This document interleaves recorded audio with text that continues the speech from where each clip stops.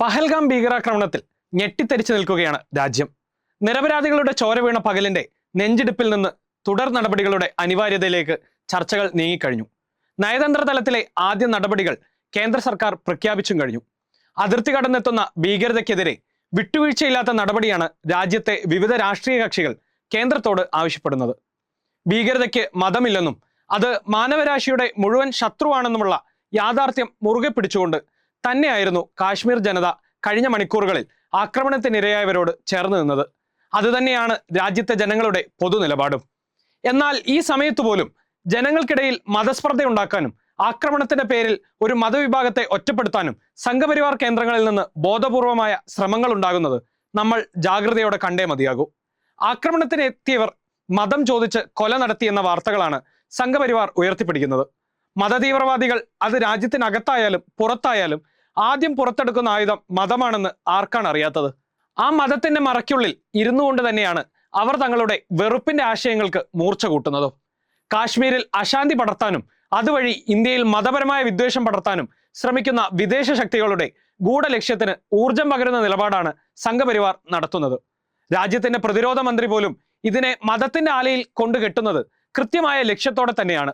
സങ്കുചിതവും തീവ്രവുമായ ദേശീയത ഉയർത്തിവിട്ടാൽ മാത്രമേ വീണ്ടും അത് തങ്ങളുടെ രാഷ്ട്രീയ വളർച്ചയ്ക്കും അധികാര ഭദ്രതയ്ക്കും നിദാനമാകൂ എന്ന് സംഘപരിവാർ കേന്ദ്രങ്ങൾക്കറിയാം.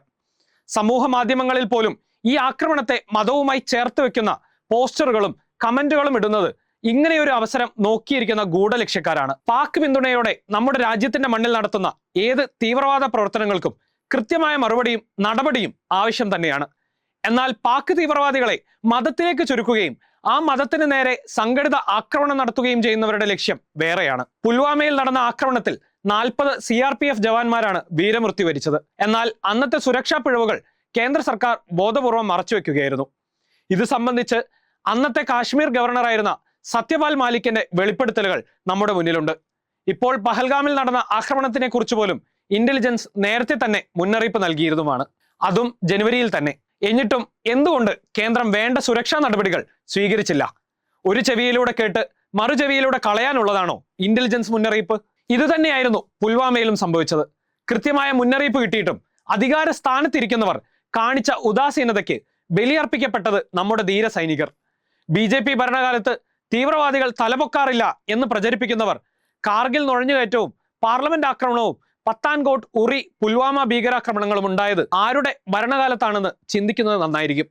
നമ്മുടെ രാജ്യത്തിന് നേരെ ഉണ്ടാകുന്ന ഏത് ആക്രമണവും നമ്മുടെ പരമാധികാരത്തിന് നേരെയുള്ള കടന്നുകയറ്റമാണ്.